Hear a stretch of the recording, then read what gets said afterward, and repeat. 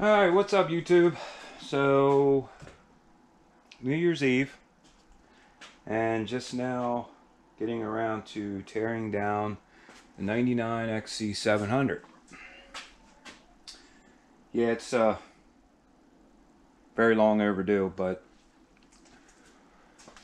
so got a lot going on. Just did a 98 XCR 700. Stripped this one down, bare tunnel, rebuilt it from the ground up. Still working on it. I had to still got to build a clutch for it yet, and finish the exhaust, the other two.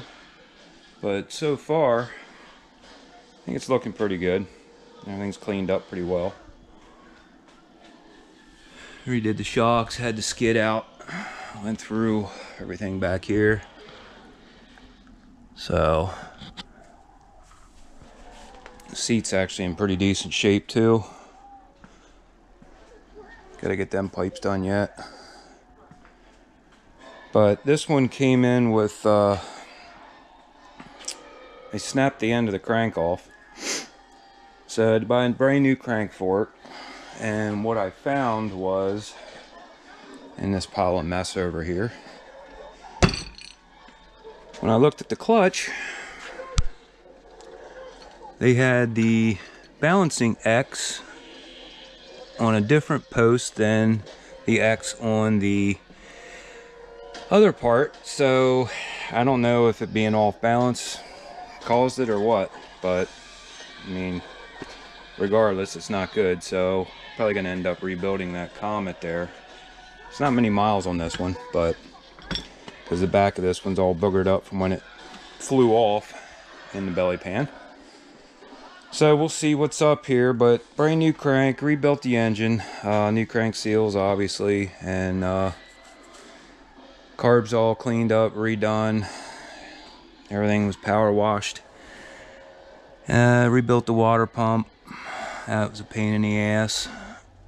Yeah, I'm not a fan on this chassis. I mean, everything is just shoehorned in these things. But it is what it is, I guess. But this one seems there's a lot more room in there because we're missing a cylinder. But first time tearing one of these Liberties down, so we'll see what it's like. Old Garrett out there in Alaska, AK Pro XR, he's the one that, watching his videos and seeing just how easy these things were to work on. Yeah, I think I'm gonna like them. I mean, the simplicity is just, there's nothing to them. I mean, he tears these things down in a day. You know, they just seem simple. So hopefully my luck's as good as his. He's been doing it a long time, and like I said, this is going to be the first domestic Polaris that I tear down. So good morning for the new year, January 1st, 2022. So got this stripped down yesterday. Nice and messy. I am liking the Gen 2s, the way they are built. I mean, they're simple. So notice the chain, it's a bit hard, so that's gonna have to be replaced. The front shock here on the left side's leaking a lot. And the damage to the rear was a little worse than I thought. Got the seat off and could see what kind of damage is done. I don't know if he threw a track at a high speed. Judging by the holes that were poked up through from the picks, he may have threw it and jammed it all up. But as you can see, This side's way up. It's ripped over here. So that's gonna take a bit of work to get everything back. Bondo. Yeah.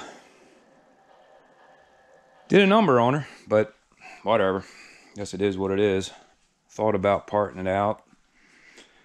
And was like, you know, I'm into it pretty deep right now. I mean, that's superficial back there.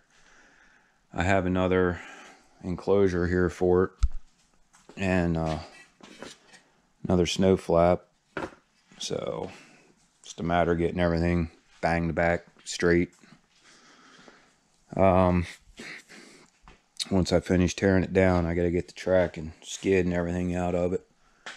Go out and power wash it down and see where we're at. see what we can do.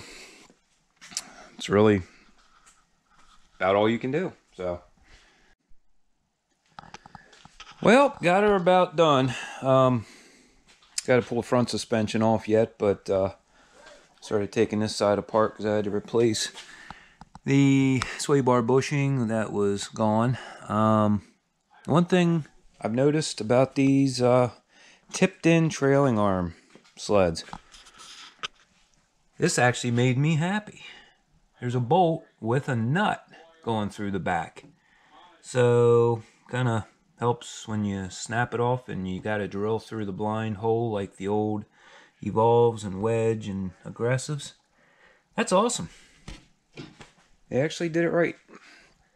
So got the skid, track, everything out. So everything looks good there. Skid looks alright.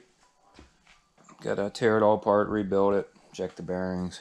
The only thing I didn't like about the tipped in trailing arms is there's not much room to get the chain case off, so you gotta slide the drive shaft over a little bit to the left. Comes out. But the nut on the end of the bolt is worth it.